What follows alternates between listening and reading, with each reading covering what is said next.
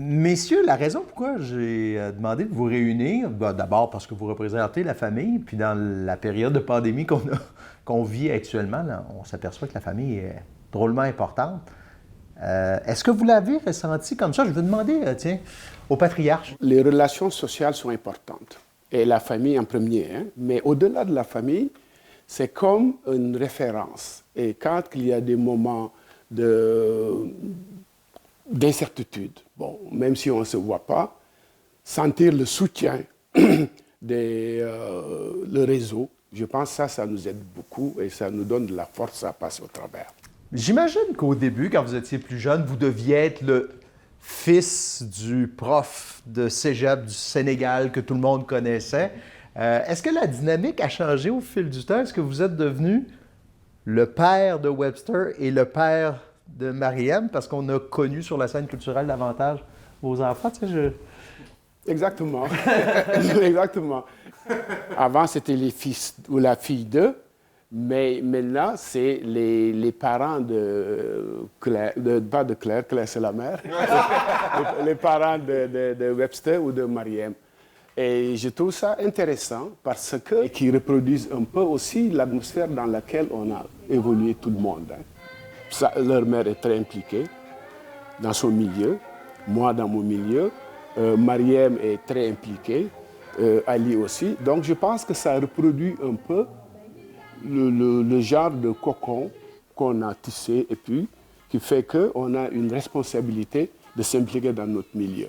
J'ose imaginer, parce que je regarde votre profil, le profil de Mariam, j'ose imaginer que vous avez été éduqué dans un foyer où on était conscient des inégalités sociales puis qu'on les combattait. Et donc, dès notre jeunesse, on a été trempés dans ce militantisme-là, mais aussi tout l'élément historique, de comprendre que finalement, on a un rôle à jouer. Où est-ce qu'on se situe, qui qu'on est, on a ce rôle d'éducation, d'auto-éducation, c'est-à-dire de s'intéresser aux choses, mais aussi de comprendre l'impact qu'on peut avoir autour de nous.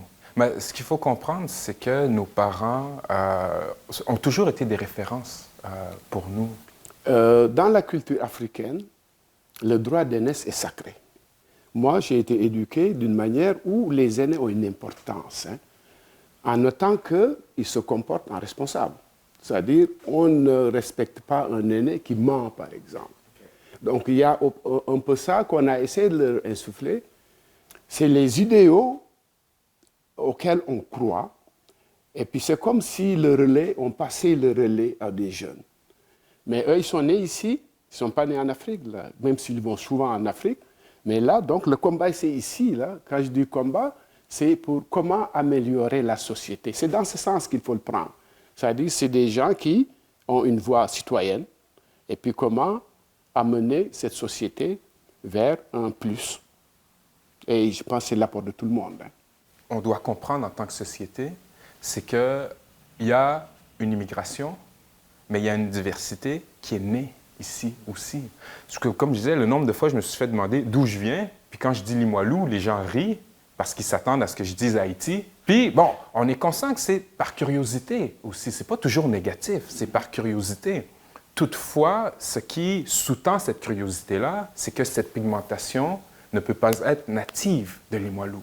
Donc, on a encore cette vision très homogène de notre identité. Et donc, je pense qu'en société, maintenant, c'est le travail qu'on doit faire pour se sensibiliser à cette présence-là, des gens qui sont ici, qui sont nés ici, il y a plusieurs générations aussi, avec le travail que je fais en histoire.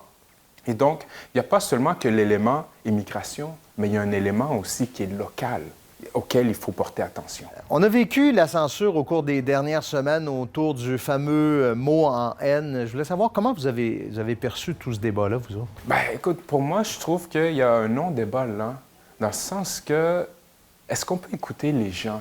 C'est un mot qui blesse, c'est un mot qui est chargé d'histoire, c'est un mot qui veut dire viol, qui veut dire génocide, qui veut dire esclavage, qui veut dire déportation, qui veut dire tellement de choses, et que pour les gens veulent absolument le dire quand une partie de la communauté, des gens qui le ressentent, qui disent « écoutez, ça nous blesse », puis qu'on dit « non, mais tu comprends pas ». Bien, à un moment donné, c'est blessant en soi. Mais pourquoi on s'obstine à vouloir l'utiliser? Moi, c'est aussi simple que ça, parce que c'est un mot qui est chargé d'histoire. Mais Il faut le jeter. mais quand vous dites, par exemple, sur les livres, les références et autres, moi, j'ai aucun problème. Comment il s'appelle le livre de Vallière, là? Nègre blanc d'Amérique, où lui est expliqué et travaillé. On peut le critiquer pour d'autres raisons. Mais pour ce mot-là, moi, je ne comprends pas l'obstination à vouloir l'utiliser. Je vous dis, il n'y a pas match, là. Je veux dire, moi, je ne veux pas que tu m'appelles tel, je suis un transgenre ou bien un homosexuel. Il y a des mots, vous savez bien, qu'on utilisait ici dans les années 70, là, qu'on n'utilise plus dans la rue, là. Mais aussi simple que ça, parce que c'est un mot qui n'est pas ambigu. Il n'est pas ambigu, là. Je veux dire, dans l'histoire, c'est plein, c'est pour insulter les gens.